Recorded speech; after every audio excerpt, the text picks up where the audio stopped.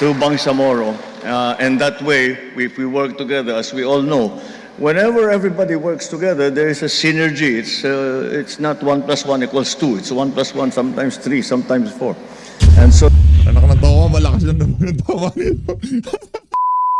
Nako, interview ho nitong si Attorney Ferdy Topacio dyan sa Pulso ng Bayan ng ating papasadahan dito sa video na to. Pero unahin na ho muna natin itong mga kabalbalan na naman itong si Trililing na kung saan ano bang aasahan natin dyan. Asuhuyan nitong si Romualdez at nitong si Marcos Jr. Kaya wala ho tayong maririnig dyan kundi paninira dito kay VP Sara. At siyempre, nag-brainstorming nga naman pala ho sila kahapon. Kaya ngayon, eto na ho ang resulta ng kanilang pinag-usapan ng mga dilawan at pinglawan. Wala ho tayong maaasahan sa mga yan sa 2028. Pagka hindi nakaupo si VP Sara, good luck na lang sa sambayan ng Pilipino. Pero bago yan, isang like at isang subscribe. Masaya na ho tayo dyan. At sa mga gusto sumali sa ating community, yung join button, nandyan lang ho sa baba. Ayun na nga mga kababayan, unahin na ho muna natin itong pagkakadismaya nitong si Marcos Jr. Kaugnay dito sa tangkang panunuhol. Di umano. Ano ho yan eh? Imaginary suhol siguro. O itong si John Vic nagpapapogi sa social media. Pinapakita niya na talagang hindi kami mababayaran. Kami mga Rimulya. Di ba? Ano lang talaga, yung mga ayuda, wala pang lagay sa kanya yan. Hindi, base yan doon sa doon sa kanyang mga pronouncement sa mga nakalipas na panahon. Hindi natin ibig sabihin nung sinasabi niya na yun, nung namimigay sila ng ayuda dyan sa Cavite na billion pesos, dala-dala ni speaker. Wala palagay sa akin yan ha. Narinig niyo ho yun, hindi ho gawa-gawa at paninira yun. Sinabi ho mismo yun nitong si John Vic Remulla. Eto, President Ferdinand Bongbong Marcos Jr. dismayed over reports that congressman and a contractor allegedly tried to bribe Interior and Local Government Secretary John Vic Remulla and his brother Ombudsman Jesus Crispin Boying Remulla amidst the flood control corruption probe. Nako, dismayado baka ano bang dahilan bakit dismayado itong si Marcos Jr.? Siguro baka hindi siya sinama yun. Dapat kasi para doon sa mga nagbabribe, huwag lang si John Vic ang tatanggi at itong si Boying. Dapat si Marcos Jr. tatanggi din. Inggitero di ba? Dapat pagka meron ng mga Remulla, meron din alok sa kanya na kung saan tatanggihan niya. Earlier, John Vic said, the attempt were made through emissaries of the contractor and incumbent congressman contractor. For his part, Ombudsman Remulla said such attempt to be bribed them then were not made to him directly but through intermediaries. Ano lang yan? Ibig sabihin ng mga kababayan, optics. Diba? Pampapogi ho nitong magkapatid na Remulla. Pero ang pangit lang dito, kaya dismayado si Marcos Jr., di ho siya dismayado dahil sa panunuhol na gustong gawin dito sa magkapatid na to. Dismayado siya dahil hindi siya kasama sa mga sinusuhulan. Kawawa naman. Hindi. Kasi gusto ni Marcos Jr. kasali siya para kanyang tanggihan at makapagpapogi ulit siya sa ating mga kababayan. Rumekta ho tayo dito kay Trililing ha. Tingnan mo natin kung ano na naman mga kabalbalang banat nitong Trililing na to. Game! Ang primary reason kung bakit popular pa rin siya ay dahil hindi kilalang lubusan ng mga Pilipino yung tunay na pagkatao ni Sara Duterte. Gusto mo pagkilala ko siya sa'yo? Pagka may nandedemode siya Davao City, sali ka ha? Papakilala ko siya sa'yo para masapak ka niya. Hindi, ganito lang naman ho kasimple yan mga kababayan. Yan si Trililing, ang life mission ho talaga niyan, sira ng mga Duterte. Sa lahat ng posibleng kaparaanan, sisira niya mga Duterte.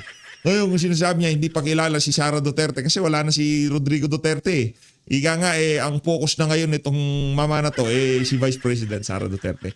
Ang pagkakakilala kay VP Sara, kung sa mga hindi pa nakakakilala, ito ang payak na pagkakakilala ko. Di ko pa nakadaupang pala dyan si VP, di ko pa siya nakita ng personal. Si dating Pangulong Rodrigo Duterte isang beses, pero itong si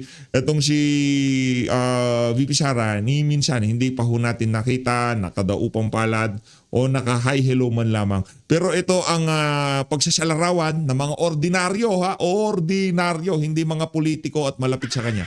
Ito ang paglalarawan ng mga ordinaryong Pilipino sa Davao dyan sa ali na yan. Una sa lahat, hindi siya katulad ng kanyang ama.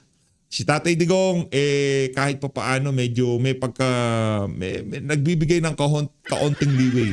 Diba? Hindi siya yung ika nga pagka meron nakitang korupsyon, talagang ika nga yayaringan niya.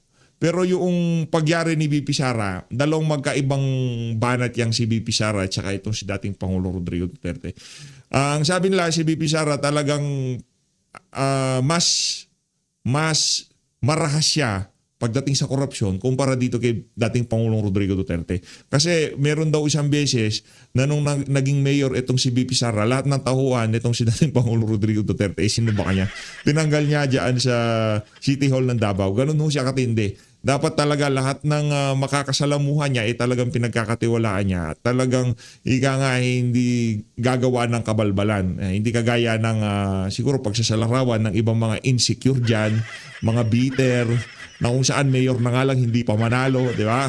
Ang pagsasalarawan kay VP Sara mabait at talagang hindi magnanakaw.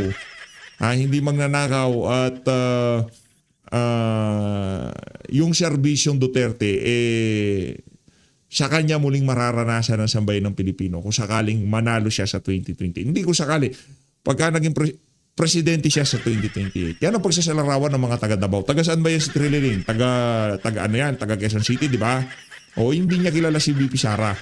Siguro makikilala pa lang niya pagka si VP Sara, kung sakaling presidente na siya, tapos pagka meron demolition operation, tapos sasama tong si Trililing, ayun, magugulpito ni VP Sara, doon pa lang niya makikilala si VP Sara. Dahil talagang binabaha nila ng fake news at mga trolls nila yung social media na naging pangunahing source ng informasyon ng mga kababayan natin. At ito nga, isang paraan ito na para ma-expose yung iba't ibang insidente ng pangungurakot at iba pang anomalya na ginawa ni Sara. At O paano naman yung pangungurakot na ginawa noong nga pala amo mo pala si Marty Romualdez kaya hindi mo siya pwedeng sampahan, di ba? Amo mo nga pala itong si Marcos Jr. at yung mga dilawan at tinglawan nakikinabang sila sa pamahalaan. Hindi sila ang dahilan kung bakit kayo hindi tinatrabaho ng administrasyon dahil nandyan pa si Sara. Okay? Magkaliwanagan tayo dito Yung sandbag na humaharang sa hagupit ng administrasyon na to papunta sa mga dilawan at pinklawan, si VP Sara. Intindihin niyo yan. Kaya pagka tinanggal niyo yung sandbag na yan, yung rumaragasang kawalangyaan ng administrasyon na to, sa tingin niyo kanino pupunta? Palakpakan tayo dyan. Sa like at sa subscribe, masaya na tayo dyan. Di ba?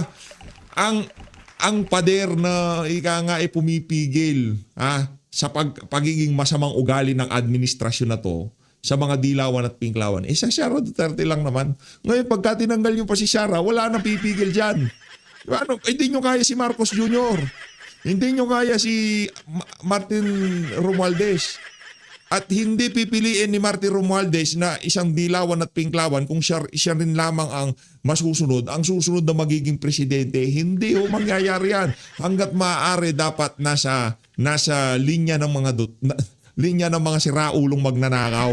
'Di ba? Mga Marcos, 'di ba? Kaalyado ni Marcos dapat ang maging presidente. Yun ang win-win solution sa kanila. Pero maging dilawan at pinklawan, alam din naman nitong mga Marcos na to, pagka naupo ang mga pinklawan at dilawan, same banana ang mangyayari sa kanila. 'Di ba? Para wala na silang makalaban sa 2032, kailangan din nilang 2032 tama. Basta sa susunod na presidential election, kailangan nilang dispatchahin itong si Marcos Jr. At talagang, dahil wala naman silang matinong gagawin sa pamahalaan, ang gagawin lang nitong mga pinglawan at dilawan na to, same banana. Kakalkalin nila ang bantot ni Marcos Jr. at ipapakulong siya dahil sa kabalbalang ginawa niya na to sa mga anomalyang flood control project. Kaya kahit anong gawin nyo, alam na sambayan ng Pilipino, kahit sinong maupo sa mga dilawan at talyanista, di ba? Mga pinklawan at loyalista, walang mangyayari sa Pilipinas. Pero pagka Duterte ang nanalo dyan, 100% anak ng tokwa, yung mga may trililing sa utak, may kalalagyan yung mga yan. hopefully, mamula sila. At idagdag ko lang na kahit relatively more popular siya, but compared nung unang walang mga ganitong lumabas na anomalya, di hamak na bumaba na rin ang kanyang mga numero. Ibig sabihin nun, talagang maraming namumulat. At papatuloy namin yung pagmumulat sa mga babae natin. Hindi ito biro. Mulat lang ng mulat, brad. Mulat lang ng mulat. Anak ng toka. Ang tagal nyo na nagpapamulat hanggang ngayon hindi pa rin mulat. Ibig sabihin, kayo ang hindi namumulat. Kayo mapahanggang sa ngayon, nakapikit pa rin, nakatakit pa rin ang tainga. Kung ano nga ba at sino ang mga Duterte. Diba? Kayo lang ang hindi mulat. Mulat na sambayan ng Pilipino. Kahit dito sa interview mo na to, sa One News, minumura ka ng ating mga kababayan. Diba? Kaya yabang nitong mama na to Diba? Ang dating para siya talaga nakapagpadala kay dating Pangulong Rodrigo Duterte dyan sa daig na luko-ruko. Diba? Alam mo naman talagang hindi ka nga manalo ng mayor. Na aligasyon lang. Pag nag-file ka ng complaint, ibig sabihin nun, solid yung mga ebidensyang binibigay mo. Hindi lang ito. One time, big time, maniwala ako sa'yo, maghalikan muna kayo ni Aling Sheila. Yung isa sa mga di umanong kamag-anak ng mga biktima ng ng war on drugs si dating Pangulo Rodrigo Duterte. Mag-alikan kayo ni Aling Sheila sa harap ng camera, saka ako maniwala sa mga kabalbalan mo, Trililing. Eto mga kababayan, panoorin ho natin itong si Marcos Jr. na kung saan yung kanyang mga ghost supporter talagang kinakawayan na naman ho nitong si Bangag. Panoorin ho natin itong mga kababayan. Gang. The President of the Republic of the Philippines, His Excellency Ferdinand R. Marcos Jr. Walang gusto makipagkamay, walang kumakaway. Siyempre palakpakan. Kumbaga, pumapalakpak sila. Sino pinapalakpakan? Makikipalakpak na lang ako kahit tayo ko. Di ba? Walang tao dyan. Huwag kang tatanga-tanga. Kaya ka namumure. Wala naman tao, pumapalakpak ka. Ano kasi Raulo?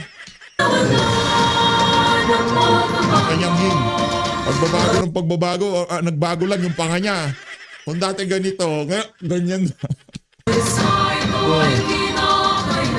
Yun nga ang pinaka-latest dito kay Bangag. Rekta ho tayo sa speech niya.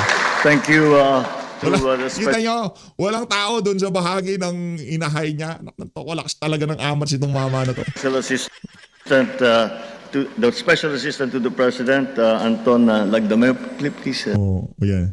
take your seats. Please, take your seats. Uror.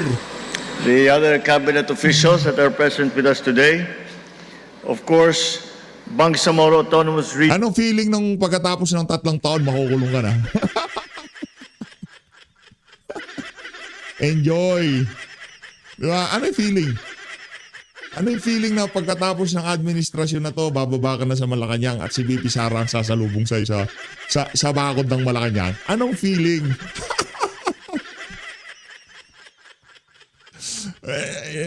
Ika nga, yun ang mga bagay na hindi mapipigilan.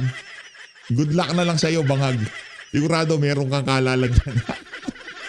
Excited na ho tayo dyan. Region in Muslim Mindanao officials led by Chief Minister Abdul Rauf Makakwa,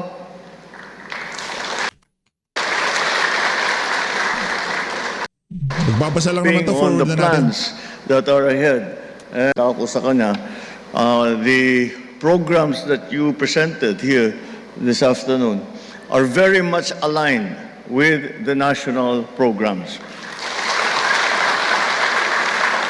Therefore, take advantage of those national programs. Gamitin ninyo yung mga national program to bring it here to Bangsamoro. And that way, if we work together, as we all know, whenever everybody works together, there is a synergy. It's not 1 + 1 = 2. It's 1 + 1, sometimes 3, sometimes 4. And so, Anak ng tawa, malakas na naman ang tawa nito.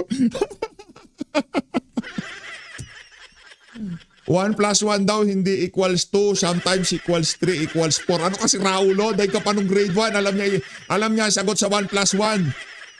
Anak ng Petrang Karapata, tanungin ko kayo, 1 plus 1 equals 3 equals 4. Paano naging... Sakit mo sa ulo, Brad. 1 plus 1, possible, pwedeng equals 3 equals 4. Sa mga batang makakarinig, sa mga magulang, ilayo nyo ho yung mga anak nyo sa screen. Baka iligaw ho sila nitong adik na to base dito kay Senator Amy Marcos. Anak na to, kalaks ng tama. 1 plus 1, pwede answer equals 3 equals 4. Ibang klase ka, Brad. Maniniwala pa. So that's what we should do together, and that's what we Ulitin ho natin, kayo na hong humusga, hindi na ho ako. Siyempre, pagka ako, alam naman, Duterte supporter ako, may pagkabayas, di ba? O kayo na hong humusga, gang. and that way, if we work together, as we all know, whenever everybody works together, there is a synergy. It's not 1 plus 1 equals 2. It's 1 plus 1, sometimes 3, sometimes 4. Kayo na hong humusga dyan, pero ako, hindi ko alam dyan. Yung 1 plus 1 sometimes equals 3 equals 4. Hindi ho yan ang natutunan ko kahit hindi ako magaling sa arithmetic. Kahit buksan nyo ho yung mga calculator nyo, hindi ho yun ang resulta. Yung resulta siguro pagka nagko-cocaine ka. Siguro pagka ikaw Mary Jane, almusal mo ng umaga, base dito kay Senator Amy Marcos, kung nag-aalmusal ka ng chonke, talagang 1 plus 1 possible answer equals 2 equals 3 equals 4. Pwede. Kung ikaw ay naka-high sa droga, pwedeng sagot yun. Pero kung normal lang utak mo, iisa lang ang sagot sa 1 plus 1 equals 2 lang yan. And so that's what we should do together, and that's what we will always be doing with the Bangsamoro government. The local chief executives of BARM, the Bangsamoro Transition Authority. Wala na ho tayong aasahan dito. Puro kabalbalan na ho gagawin itong bangag na to. Lipat na ho tayo kay Atty. Ferdy Topacio. Yung entrada pa lang, kakaumpisa pa lang ng speech niya, bigla na ho tayong nadismaya. Pati yung mga batang nanunood, malilin lang ho sa mga kabalbalan nitong bangag na to. 1 plus 1. Possible answer, 3, 4. Sa taulo ka ba, ha? Dito tayo kay Atty. Ferdy Topacio. Buti pa to, abogado to. Magaling siguro to sa math kahit papaano. Game. Ito po ang hamon namin kay Yusek Claire Castro. Abogado naman siya. At sabi niya, magaling siya, no? Siya lang maghain. Bakit hindi siya maghain? Siya ay isang public official. Kung sa tingin niya may krimen, maghain siya ng demanda. Kami nga po sa Citizens Crime Watch, wala naman kami sa gobyerno, hindi naman kami sumasahod sa gobyerno. Nagde-demanda kami kapag tingin namin may krimen. So hinahamon ko po si Auntie Claire. Auntie Claire, ikaw na magdemanda at magharap tayo sa hukuman. Kung talagang naniniwala ka dyan sa pinagsasasabi mo na may large-scale estafa, ay di magdemanda ka. Katungkulan mo yan bilang public official. Ngayon, pag hindi ka makapagdemanda ng large-scale estafa, kamote ka. Dito lang sa naging kaso po ni Congressman Leandro Leviste, laban po dito kay Yusek Claire Castro. Ang ilan po ay nagtatanong, bakit hindi po walang kulong, kundi pera lang po yung pananagutan ni Yusek Claire dito po sa naging isa ng pangkaso o civil libel ni Leandro Leviste.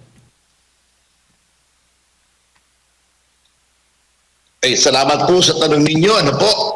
Unang-una ay ang gusto lamang po kasi ni Congressman Leandro Leviste ay ma-vindicate o maibang puri yung sinira na reputasyon niya ni 2023. Ayan, balikan natin si Attorney Ferdinand Topacio. Attorney, naputol po tayo. Ay, opo. Sorry po about that. Mahina yata yung signal dito. Kaya sinasabotahe tayo ng malaki dyan. Opo, tuloy niyo po, Attorney.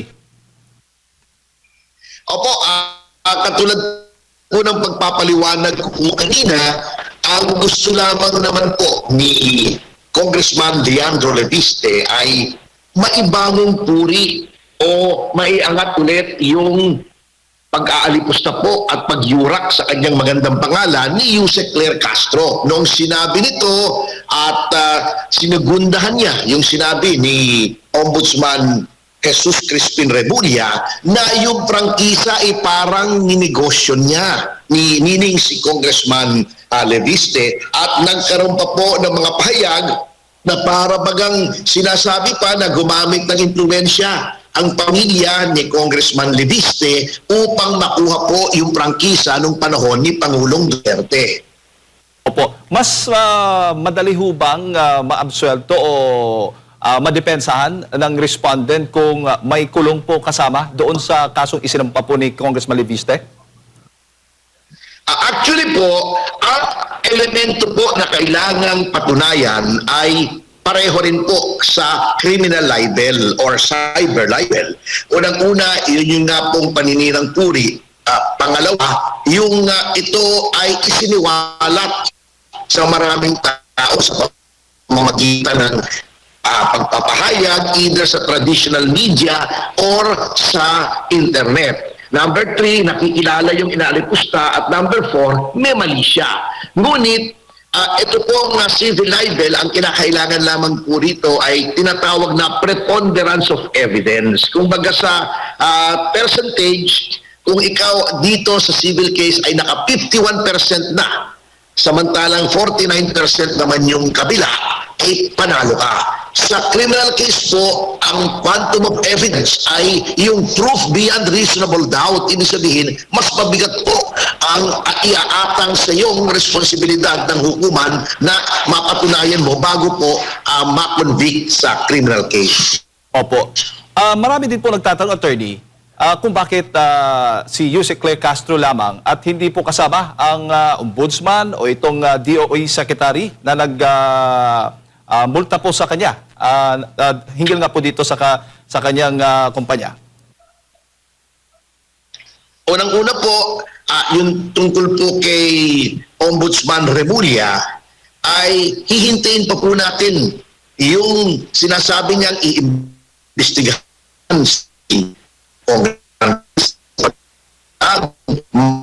yung pag-aakala na yung prangkisa ibinenta, hindi po ibinenta yung prangkisa. Baka nalito lang po sila sapagkat dalawa po yung solar na kumpanya na may pangalang solar. Ay yung SPNEC, which is Solar Power New Energy Corporation, at saka yung Solar para sa Bayan.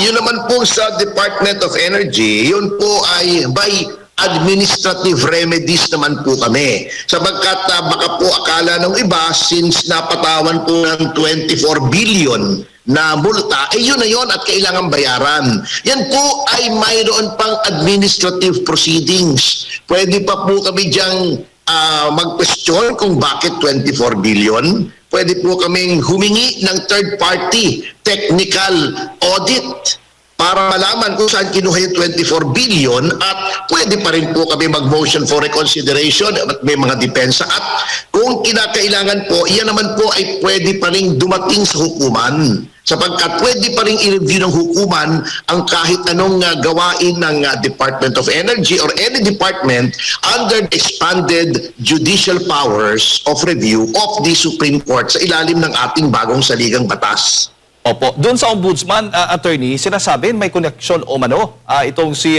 Congressman Leandro Leviste sa nagdaang administrasyon. Opo, yun ang pinalalabas nila, ay yun po rin ang lalong in-amplifier ni Yusek Claire Castro. Actually, ito pong kanyang vlog o podcast na subject nitong aming demanda sa Balayan ay isa lamang po yan. May 15 na po na mga vlogs si Auntie Claire na walang ginawa kundi sirain ang reputasyon ni Congressman Leandro Leviste. At ito ay nagsimula lamang noong inilabas ni Congressman Leviste yung tinatawag na Cabral Files. Pati yung DOE po, nagtataka kami, 2003 pa daw yung problema, 2004, bakit ngayon lamang inilalabas? Kaya nagtataka po kami, sabay-sabay po yan eh. Kumbaga talagang kinakasangkapan ho nitong mga siraulo na to, nitong mga adik na to, ang mga ahensya ng pamahalaan para gawan ng problema itong si Congressman Lian para manahimik siya. Kaso base doon sa pinaka-latest na press ko nitong si Kong Lian, hindi ko siya magpapatinag dito sa mga adik na to. Isa nung naging kritiko ng pamahalaan si Congressman Leviste, isa-isa na po yan, DOE, Ombudsman, pati na si Auntie Claire na hindi naman talaga niya trabaho yan kung tutuusin sapagkat siya ay presidential spokesman. ay nagtataka po kami kung bakit they're all ganging up on Congressman Leviste. Po. So ang ibig sabihin na possible po, attorney, sa nakikita po ninyo, yung magiging senaryo nito ay matutulad doon kay Congressman Kiko Barzaga na matanggal dyan sa Kamara. Parang ganun po, attorney.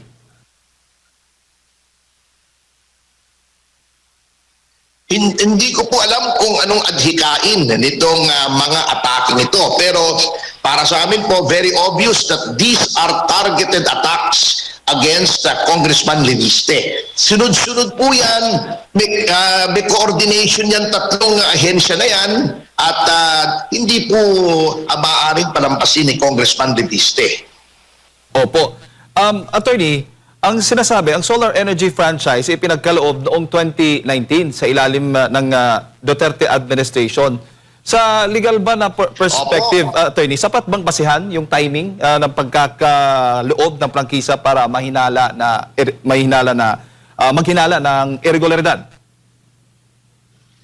Hindi po, sapagkat kung gustong palabasin ni Auntie Claire na siya ay ang nagbibigay ng prangkisa ay ang Pangulo, nagkakamali po siya. Kaya nagtataka nga ako kung bakit Duterte ng Duterte yung sinasabi niya para naman siyang hindi abogado. Ang nagbibigay po ng prangkisa ay ang legislatura.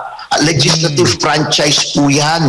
Yan po ay unang sinusulong sa mababang kapulungan. Yan po ay pinagdedebatihan, sinusuri, sinisiyasat. Pagkatapos po, kung yan ay papasa sa mababang kapulungan, iaangat pa po yan sa Senado at doon na naman pagdedebatihan, etc.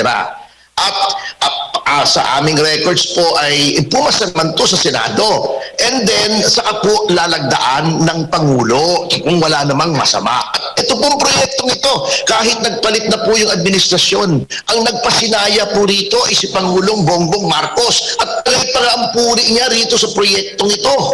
Pagkatapos, darating yung kanyang mga tauhan, i-questionin yung isang bentahan na lumusot naman po at siniyasat din, sinuri ng Securities and Exchange Commission na regulatory body ng gobyerno sa mga ganitong bentahan at ng Philippine Stock Exchange. Yung Philippine Stock Exchange po, napakahigpit po noon sa mga listed companies. Pagkatapos, i-questionin nila. Yun ang aming kinakataka. At isa pa, attorney, sinasabi din po ni Yusek Claire na maaring maharap po si Representative Leandro Leviste sa large-scale estafa. Sa ilalim ho ba ng batas? Ano ho ba yung maaring kailangang patunayan muna bago masabi mong may large-scale estafa? Ito po ang hamon namin kay Yusek Claire Castro. Abogado naman siya. At sabi niya, magaling siya, no? Siya lang maghain. Bakit hindi siya maghain? Siya ay isang public official. Kung sa tingin niya may krimen, maghain siya ng demanda. Kami nga po sa Citizens Crime Watch, wala naman kami sa gobyerno, hindi naman kami sumasahod sa gobyerno. Nagdedemanda kami kapag tingin namin may krimen. So hinahamon ko po si Auntie Claire. Auntie Claire, ikaw na magdemanda at magharap tayo sa hukuman. Kung talagang naniniwala ka dyan sa pinagsasasabi mo na may large-scale estafa, ay di magdemanda ka. Katungkulan mo yan bilang public official. Ngayon, pag hindi ka makapagdemanda ng large-scale estafa, kamote ka. Opo, kung ikukumpara mo sa libel, attorney, mas mabigat itong estafa at itong ginagamit na baga depensa para o panakot ng kabilang panig laban po dito sa nag-akusa. Opo, at saka baka nakakalimutan ni Atty. Castro na meron pong tinatawag na separate juridical personality ang korporasyon. A corporation only acts through its board of directors. Hindi po porkit ikaw ang nagtatag ng korporasyon, ikaw ang nasusunod doon. Isa lamang pong opisyal si Congressman Leviste doon sa korporasyon. Yun po ay may board of directors. At iba po yun, hiwalay yung Solar para sa Bayan, yung SP New Energy Corporation sa personalidad ng isang individual. Palagay ko po, may LBM si Auntie Claire nung tinuro yun sa law school kaya hindi niya narinig yung lecture. Naku po, Opo. may LBM. Pero nakapagtataka, Paita attorney, bakit nakatutok doon sa negosyo o kumpanya ni Congressman Leandro Leviste at hindi po doon sa hawak po niyang files o yung tinatawag ng Cabral files? Bakit hindi po doon nakatuon ngayon yung investigasyon? Wag na po tayo magtaka, talagang nililihis po nila yung usapin sa tungkol dyan. Ako nga po nagtataka kay Ombudsman Remulla. Ito po ay mga pribadong transaksyon. At tulad po ng paulit-ulit naming sinasabi, hindi po prangkisa ang involved dito. Wala pong nagbenta ng prangkisa rito. Yung may hawak po ng prangkisa, yung solar para sa bayan, ay hiwalay pong kumpanya doon sa SP New Energy Corporation. Nagkataon lamang na itong dalawang ito ay parehong may kaugnayan kay Congressman Leviste at may solar sa kanilang pangalan. Ngunit wala pong prangkisa rito, walang government na transaction ito, ay wala pong kontrata sa gobyerno yung pagbenta ng SPNex sa Meralco na isa ring pribadong korporasyon. So, bakit sumasawsaw ang ombudsman? Alam nyo, nagkakamot na lang po tayo ng ulo dito pagka nagsalita si Ombudsman Remulla Attorney, bago ko lang ipasa kay Partner Admar, parang lumalabas po na ganito bang tingin po ninyo na ipinapalabas na si Congressman Leandro Leviste ay habang siya ay naging congressman na, ay may mga kumpanya pa na may kontrata sa gobyerno. At kapag ganun po ay napatunayan, ay possible na siya po ay madidiskwalipika o matatanggal dahil labag po iyon sa batas. Tama ho ba? Unang-una po, yung ganun nga po ang gusto nilang palabasin sapagkat ito nga Cabral files ang kanilang pinagpuputok ng butsi sapagkat meron pong mga initials doon sa Cabral files na nasa possession ni Congressman Leviste na may nakalagay na mga OP na nagtuturo sa Office of the President at ES. So, yun ang wala naman sinasabi si Congressman Leviste kung ano yun, basta nakalagay lang doon. Pati nga yung proyekto ni First Lady, mukhang meron daw doon, sabi nung iba, na lumalabas na merong proyektong care of the Office of the President. So, hindi ko natin alam kung totoo yan o hindi, ngunit para sa akin, ito yung ugat yan na sa halip na sila ay mag-imbestiga sa flood control, nililihis nila yung usapin at pinalalabas nila na may anomalya si Congressman Leviste na wala naman po. Attorney, magandang umaga, si Admar po ito. Sir, si Yusek Castro ay napatanong po kung sino ba yung nasa likod nito. Parang naniniwala siyang meron pang nasa likod ni Congressman Leviste. Kaya nga po nangyari itong pagsasampa ng kaso. Meron pa ba, Attorney? Meron po, ako po yung nasa likod niya kasi nung naglalakad po kami papuntang hukuman, mas mabilis maglakad si Congressman Leviste, bata pa yun So nahuli ako yung nasa likod niya. Opo. Pero meron din siyang isang sinabi po, si Yusek Castro, na parang kinukot lang naman daw niya yung unang mga sinabi ni Ombudsman Remulla. Bakit siya lang ang siyang napagdiskitahan at meron nga siyang puna doon sa payag ni Congressman Leviste na porket kaibigan ng kanyang nanay na si Senador Legarda itong si Remulla at ako ay hindi kaibigan kaya ako sinampahan ng kaso. Attorney. Opo, ganito po kasi yan. Anyway, to seriously answer your question na kung may nasa likod, kailangan pa bang may isang taong mag-udyok sa isang katulad ni Congressman Leviste na sa edad niyang 2 years old ay nakapagtayo na siya ng multi-billion peso na negosyo, nanalo pa siya para sa House of Representatives. Hindi na po kailangan may nasa likod niyan o mag-udyok. May pangalan po yung tao na pinoprotektahan. Magandang pangalan, not only sa politika, kundi sa business community. Hindi na po kailangan may magtulak doon o mag-udyok. Gaslighting lang po yung si Auntie Claire. Alam nyo, lumang style na po yan, Auntie Claire, at booking na booking ka.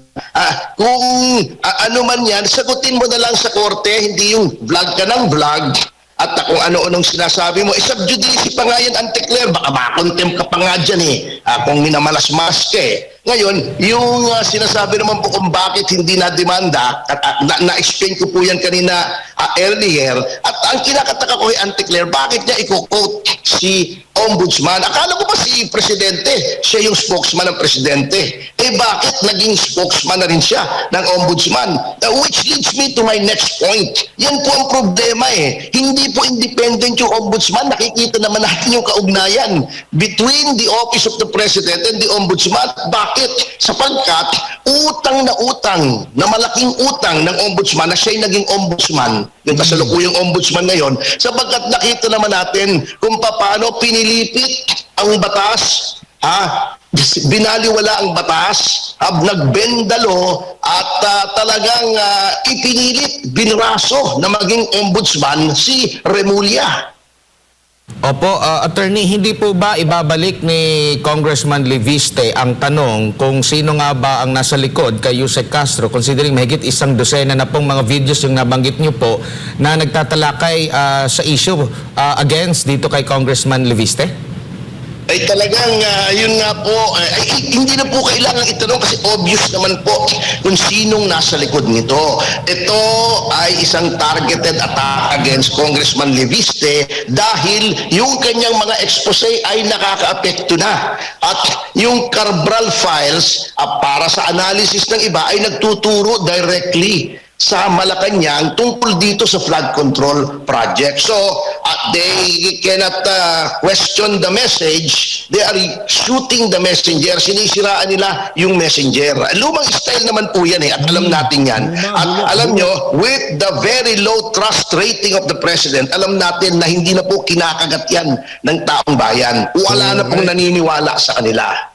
Opo. Sa tingin niyo po, may nilabag si Undersecretary Castro sa parang pagiging dual entity niya na siya ay parang tagapagsalita o representative ng Malacanang o ng Pangulo ng National Government bilang siya ay Palace Press Officer at siya ang mas laging nagbibigay ng mga pahayag, representation sa gobyerno di kay Pangulong Marcos Jr. Tapos meron pa siyang sariling channel or nagva-vlog po siya na lagi niyang nililinaw na outside ito sa kanyang trabaho bilang Palace official attorney.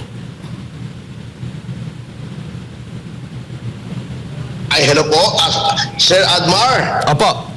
Opo, ulitin ko lang po. Medyo hindi ko po, pasensya na po kayo, medyo nag-garble po yung last part yung question nyo. Maaari po bang pakiulit po, please? Opo, ulitin ko lang po. Meron po ba kayo nakikitang paglabag dito kay Yusek Castro, considering siya po ay nagiging representative ng ating government, tagapagsalita ng ating national government, at the same time sa Pangulong Bongbong Marcos, tapos meron pa siyang parang separate na kanyang opinion sa kanyang vlog at lagi niyang sinasabi na outside daw ito sa kanyang pagiging undersecretary or pagiging palace official po, attorney?